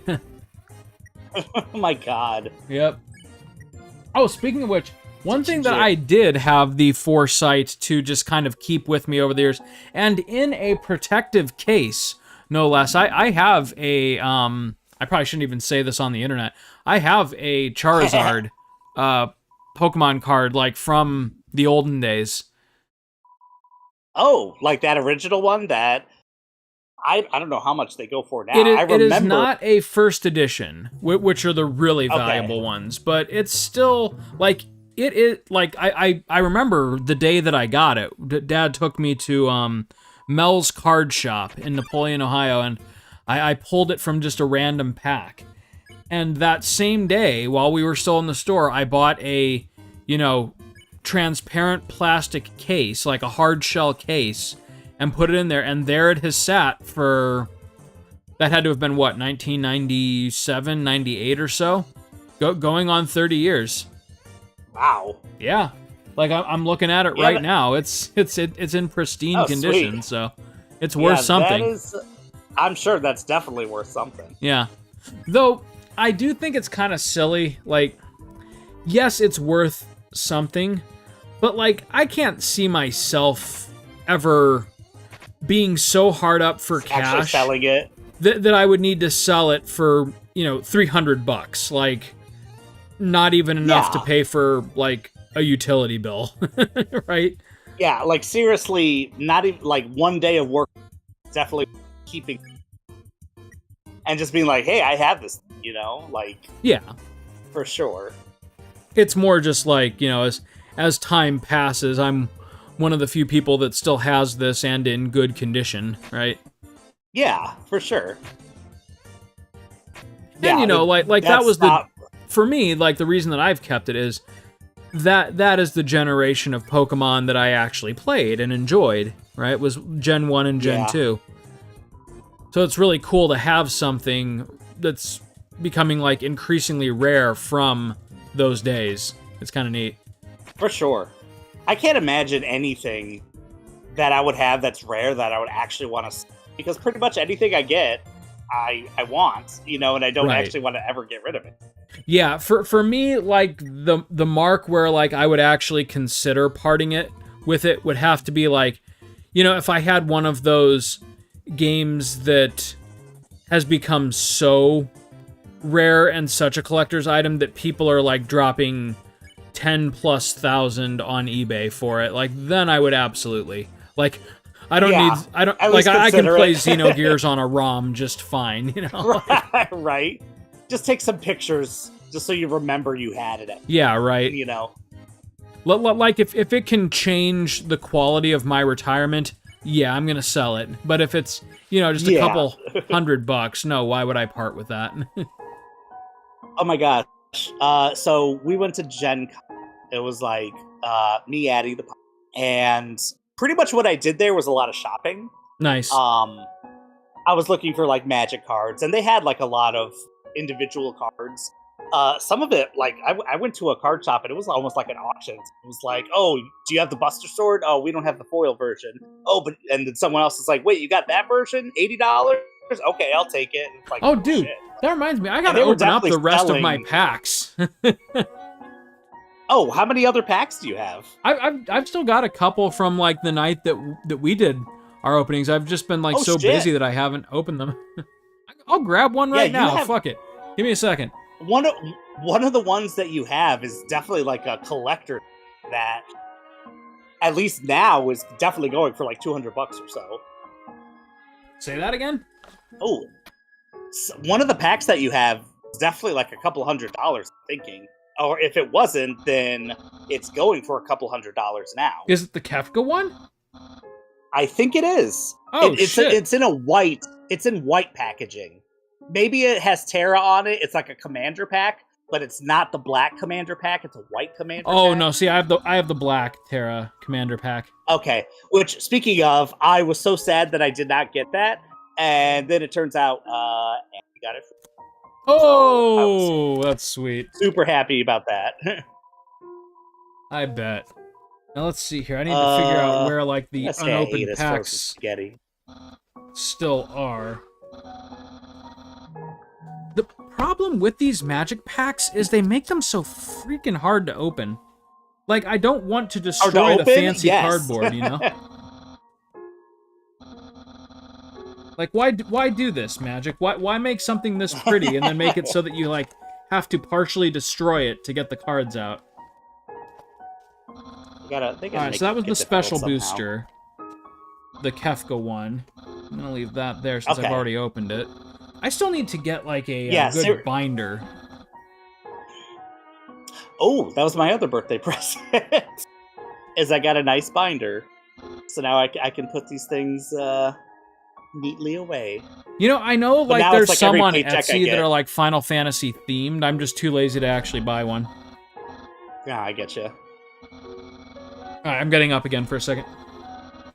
All right. Ooh, it is storming over here.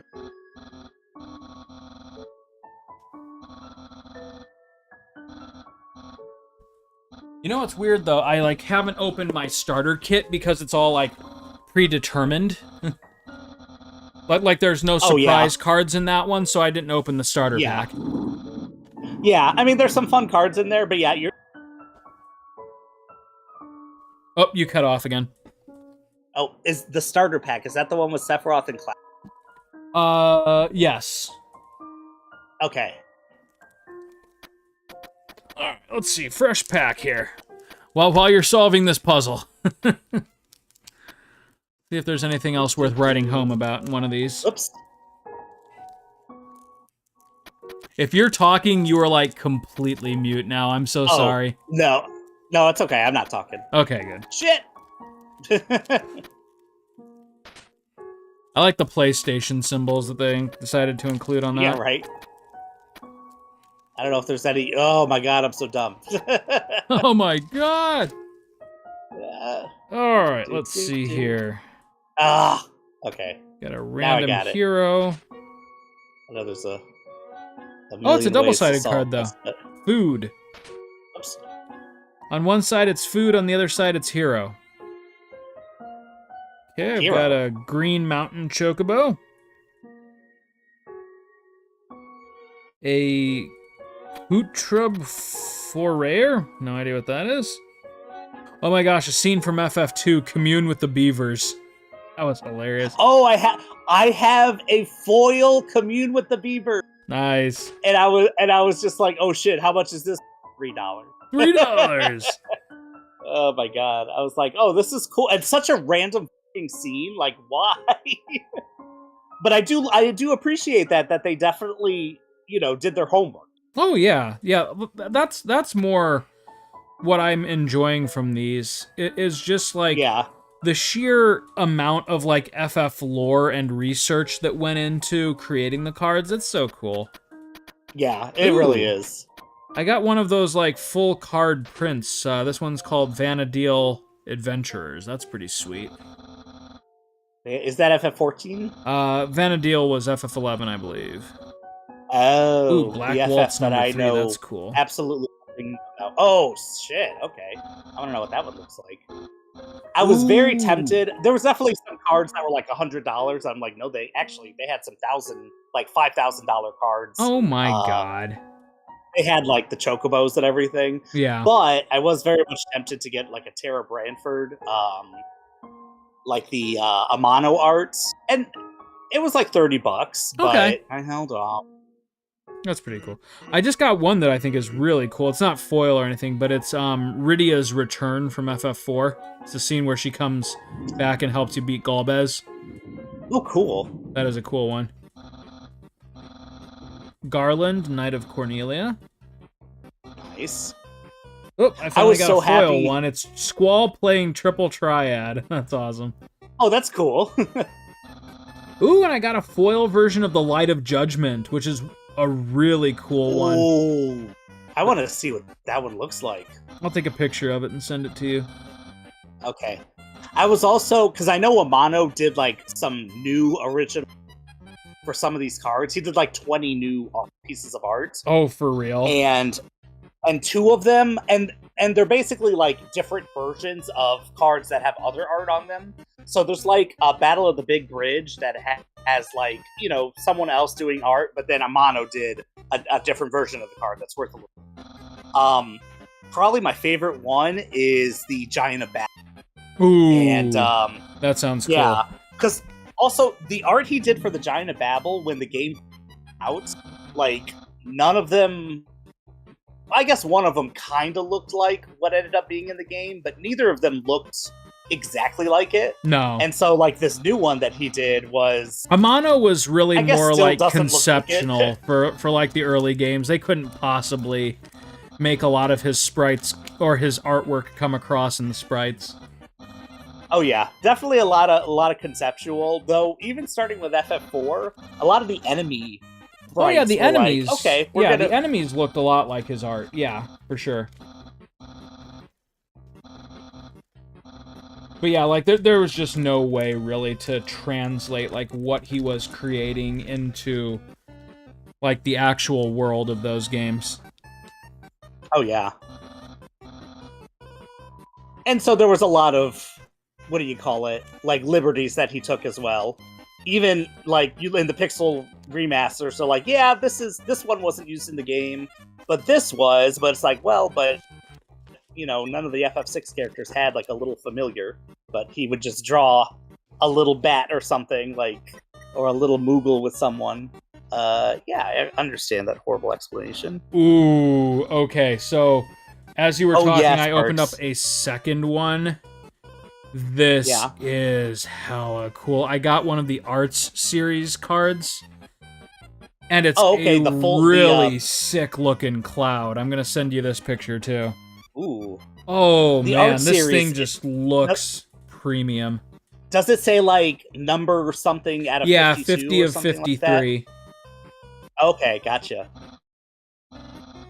I got 2 of those. I bought 3 of those $7 packs. In fact, I'm going to send it to Sparks happy. since she's listening, too. But I'm going to send it to you right now. You're going to... This is a cool Sparks, card. Especially with like FF6. I think my favorite thing is when people do the Amano version of Locke, because Locke's cool. He's, one of my favorite characters from 6, but the Amano version, as far as the colors, so much better. Like, yeah.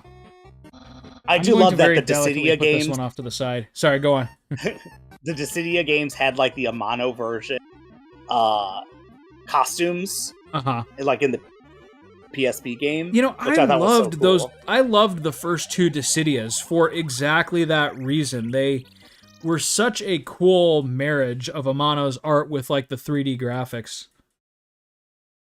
Oh yeah, and then they did what? Dissidia NT. That was such a Which bad was, like, game. kind I of a- was so disappointed. Like, why? They yeah. took out like all of the fun combat of the original. Ugh.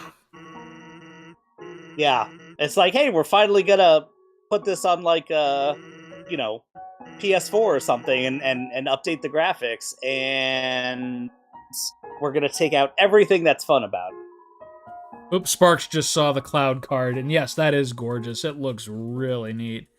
Okay, That's actually really neat. I've got both Is it in Cloud the, and Squall in that style. nice. Oh wait, no, I don't know. The Squall Oh, one that Light of I have Ju- is not like an art one. Sorry, go on. What were you Okay, saying? I see the Light of Judgment. That one is really cool.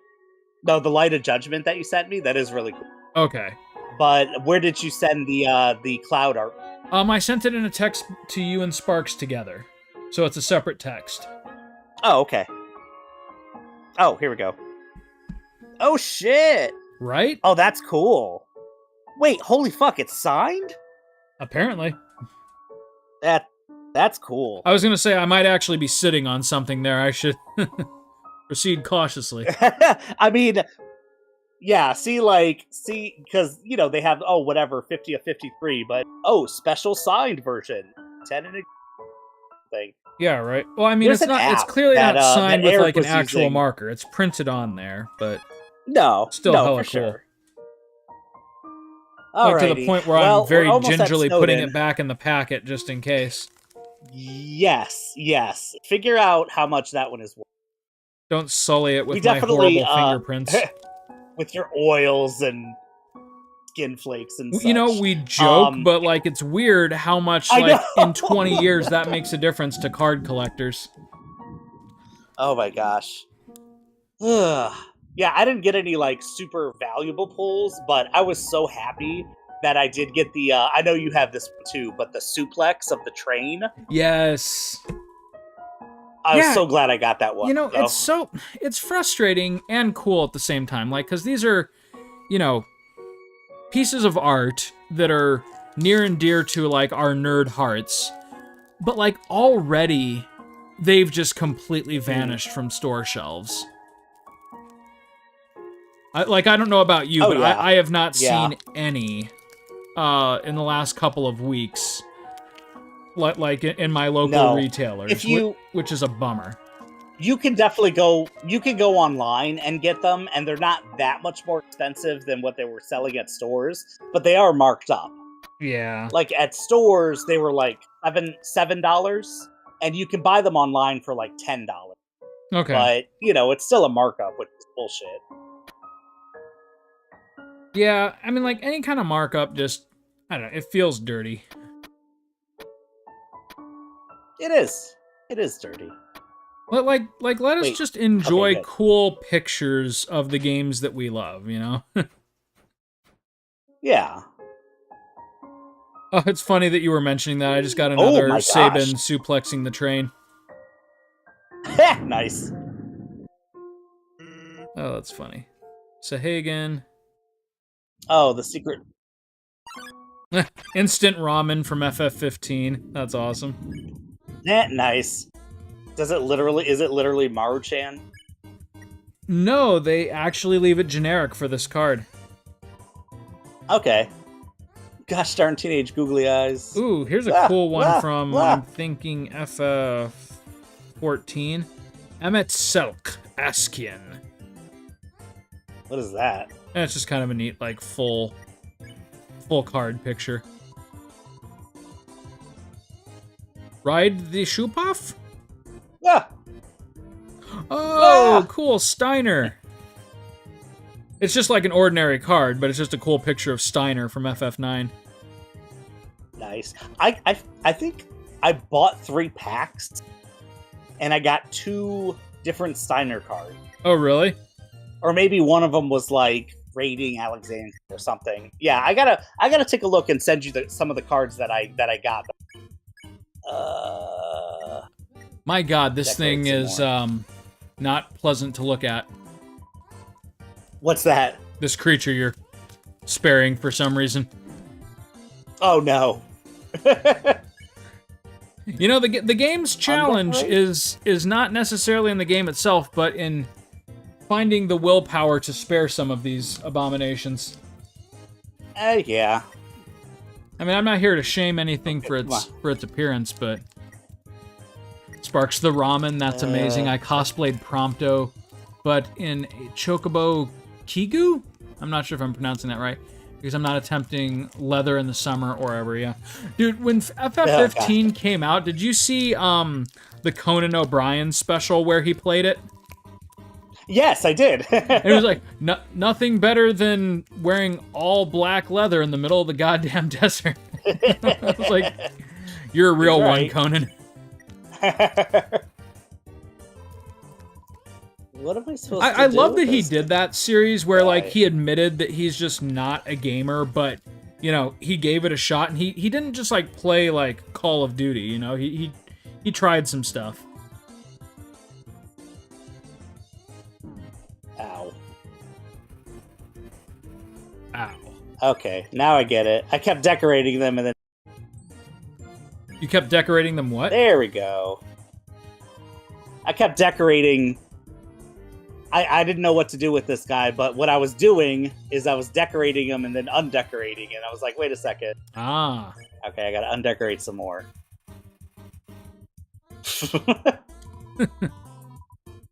Alright, don't kill me, please. Phew. Alright, but rather than heal, I'm gonna keep going.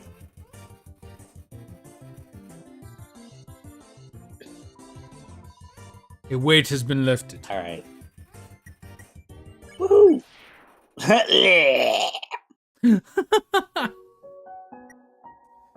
What's Okay. up? No, nothing. I'm just so glad that we're actually playing this game.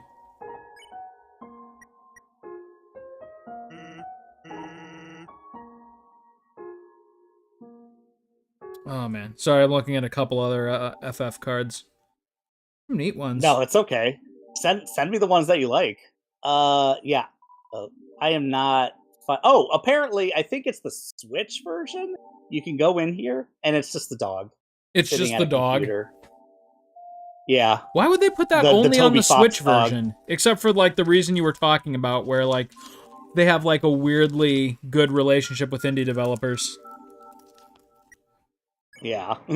Oh, hey, speaking of shit that Nintendo is doing, did you hear that they, like, shut down that charity from playing any of their games for, like, cancer kids or something like that?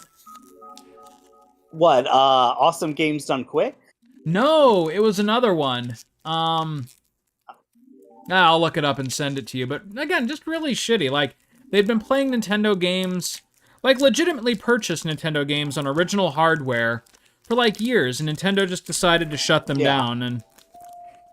Yeah. Ooh, I got another Because they're art streaming series. Ooh, it's Barrett!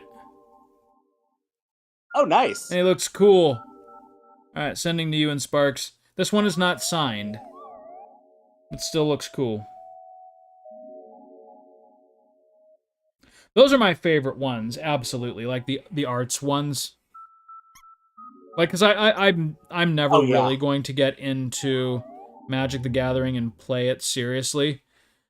So I just like the ones the that art are just... ones don't actually... They don't actually do anything, right? As far as, like, in the... No, I don't think so. Any, they don't have any print stat. on them that would tell you what they do. It's just the artwork. And consequently, then it becomes my favorite. Yeah.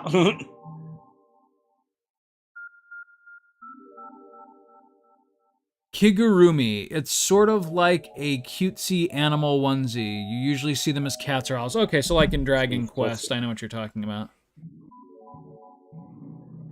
Kigurumi. Chocobo Kigu. Okay, gotcha. Wait, is that a costume from 15 that you could do? Or, I don't know if Prompto actually ever wore it. I know you could put them in, like, some kind of fluffy costume at some point. But I forget what it's been a long time since I played 15. That game now. had some That's weird. Yeah, that game had some weird DLC later on. Like you could get Power 15 Ranger was just armor weird. that broke the game. 15 was weird. Sometimes good weird, done, sometimes frustrating weird. Yeah. Some of the DLC was pretty good. I liked Prompto, like Gladio's, but Prompto and Ignis's DLCs were pretty good. Remember when they decided Assassin's Creed was a thing in the FF15 universe? Yeah. What is stupid.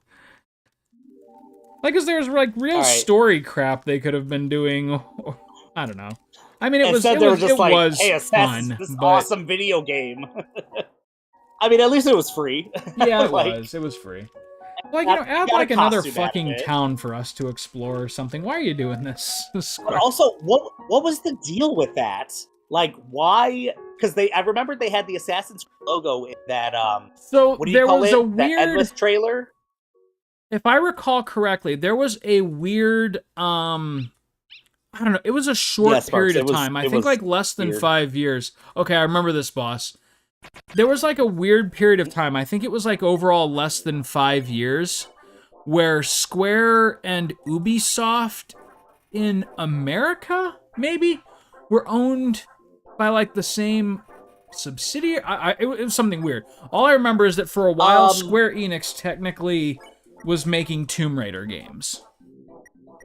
That's all I really remember of it, but I think that was the other big part of that, was that Assassin's Creed DLC for 15 was a result of that. Okay, that's interesting. Oh, okay, I'll pet you. You pet dog? I like how his spear is also a dog. Also a dog, yeah. Just to, drive the point home. If you kill this, you are absolutely the bad guy. Oh my god, for sure. Why do his barks hurt you? Also, he's got some serious boobs. Yes. Oh yeah, I mean, armor boobs, but... Crater Dog picks up all the snow. Crater Dog is tired. Now dog is very tired. Don't let him fool you. He's gonna bark at you again. TLC. Pet it again. Your movement's slow, but you still haven't pet enough. Ow! Oh, fucker. Why are you still hurting me? Why do you have so few health items? Sparks, I love this dog. Yeah.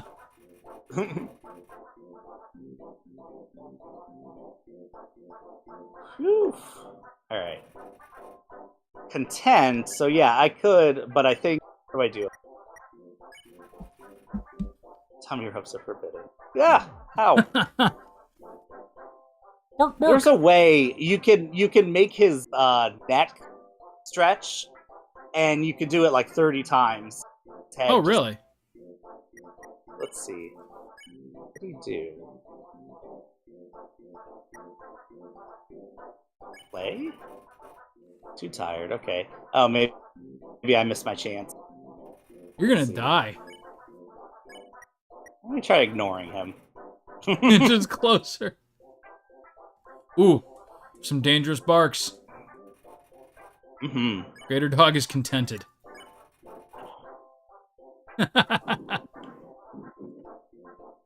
Nicely done.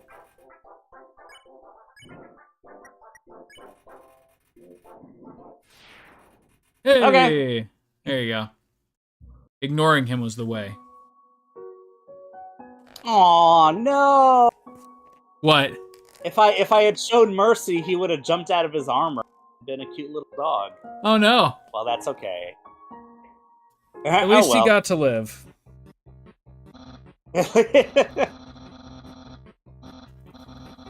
Behold the gauntlet of deadly terror.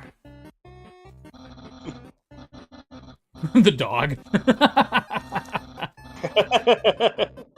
That's amazing.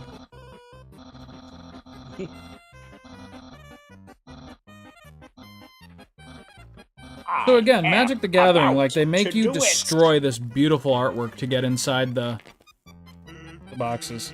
I hate it. I mean, it's the same for the little boosters. It's the same artwork, right? Each time. Yeah, but they have like these like little like the individual packs. They come in these like nice little cardboard sleeves, and you have to destroy the sleeve to get to the pack. Yeah, it's kind of hard not to. You're right. It's upsetting. Yeah. Like they could have made it with like just low-grade adhesive, but I guess that would have made it also very easy to steal them from stores. So. Yeah. Apparently, some people get crazy and they will weigh the booster packs. To like try to figure out if there's anything worthwhile in them. Micrograms heavier. That is nuts. Or I guess full foil? Yeah. Because I think there's like the foil versions, but then there's like they actually like weigh micrograms heavier. Oh my god. How stupid. Alright, is there a save point up ahead? Hey, I'm in Snowden, so yes. Hey, Snowden. Yep, it's about next time on Play the Hits, isn't it? Next time on Play the Hit, we're going to go to Grillby's and and fight Papyrus and figure out all of Sansa's dirty little secrets. But I'll wait for next time. All right, this is a lot of fun, man. I'm really glad that we're finally playing this one on the channel because, like I said, I never quite got around to beating it myself. Do you remember how far you got? Probably about where we are. Or is it? Because I remember the dog in armor fight. All right. Yeah, it'll probably be like 5 or 6. But yeah. Sweet. It'll be good. So we'll probably beat Waterfall next time and maybe Dusk like the volcano game. Sounds like a plan. You have a good night, buddy. But that'll have to wait till next time. Alrighty, good night, peeps, and good night to you. Later, man. See you next time. Nice Sparks. Nice Sparks.